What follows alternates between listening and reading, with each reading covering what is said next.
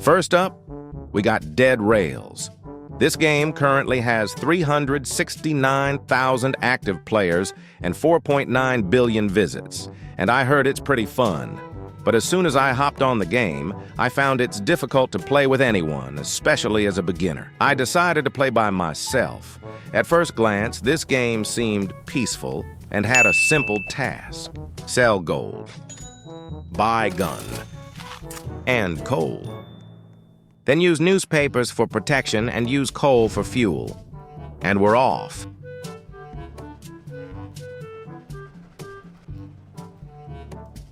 There were decent loot in the sheriff, and I began to collect zombies and materials for fuel. Then I went to drive to my next location and was caught with a surprise. The loot here was pure garbage, so I decided to skip the next houses. So far, this game seems simple: drive to place, kill zombies, get back to train, and drive to the next place. But now I had drive to a major place that definitely had loot, but it was night. So I stayed in my train and fought of the zombies, but I'm trash, so I ended up dying.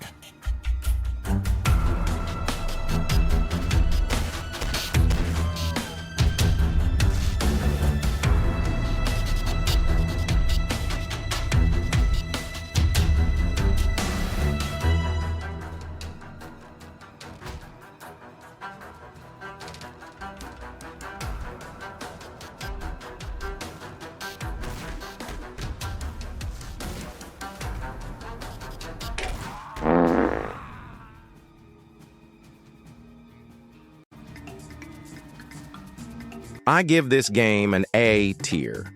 It's straightforward, and I definitely see myself playing this game outside of making videos, since I had before played Dusty Trip, which is based on it. But the cons of the game was it's very repetitive.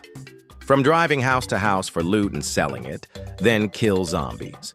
It's also difficult to play with anyone other than your friends, and it's a game that is time-consuming. I recommend playing this game if you have the patience and time to do it. The next game I'm going to be playing is Grow a Garden. It has a whopping 1.8 million active players with 11.2 billion visits. But what I heard about this game is that others find this game boring, for its main gameplay being to grow a garden, and how it's stupid for this to be the most popular game. Now, I also agreed with this, but I decided to at least give it a try. My good friend Ninja Killer had provided me with money. Thanks, man. So I wouldn't be playing this game for an hour. It seemed the mechanics were buy seeds, sell them, purchase eggs, gears, and craft. I then began to plant my seeds, then buy more seeds that had just restocked. Also, I bought watering cans to speed up the process. Then I collect my plants to sell them and get tiny money. I give this game a C tier. I do see that this game has a peaceful vibe to it, with its basic gameplay being to grow a garden. But the cons to it are very time-consuming. It ain't fun to players that don't want to wait for a plant to grow or a seed to restock. Also, its mechanics are simple, and appeal to an audience that wants to play a game that is simple. Lastly, it ain't a game that you can play consistently because it takes time for a restock or a plant to grow, and it's the reason for the game being able to grow offline. The other game we will be playing is Forsaken. Now, this game has 219,000 active players and has 1.1 billion visits. I've been hearing that this game is great, which I agree on, but the community is interesting.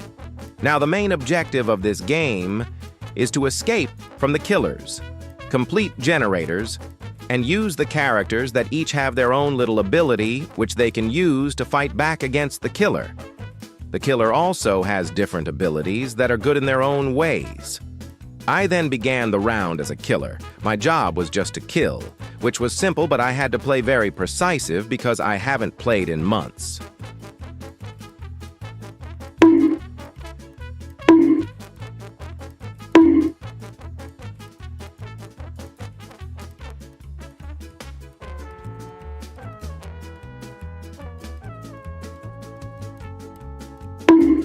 Bye!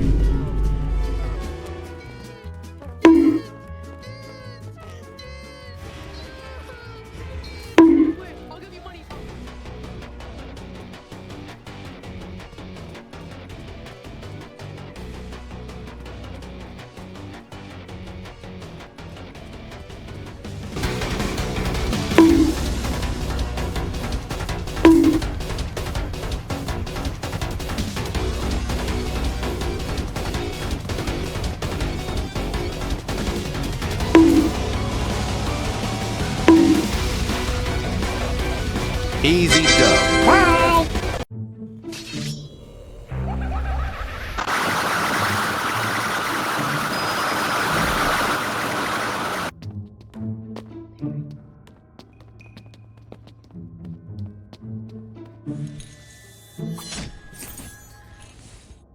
Now, as the survivor, I have to complete generators, survive, and do some damage to the killer.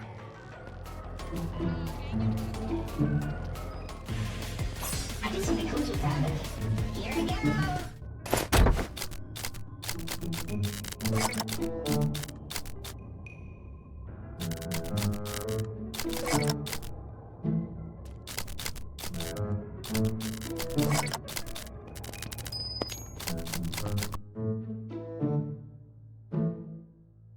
Bruh.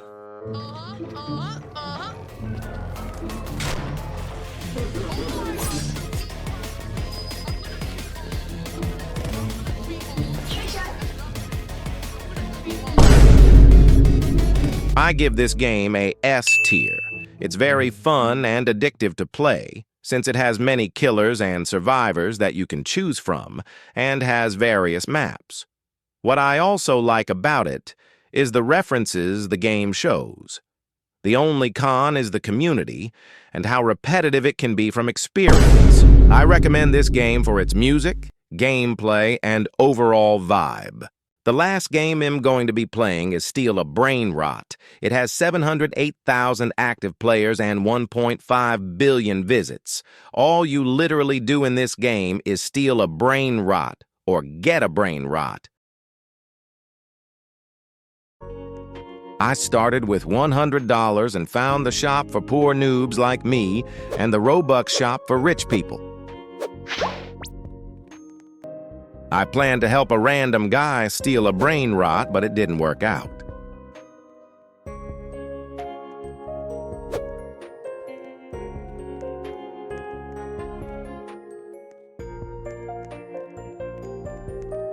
Svinina Bombardino.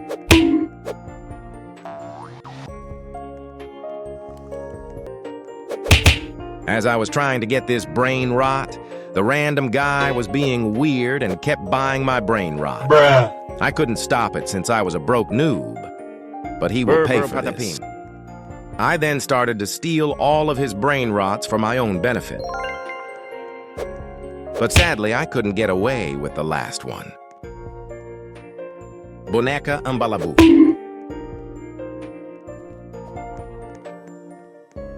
He outsmarted me for a little, but I was 2 steps ahead of him.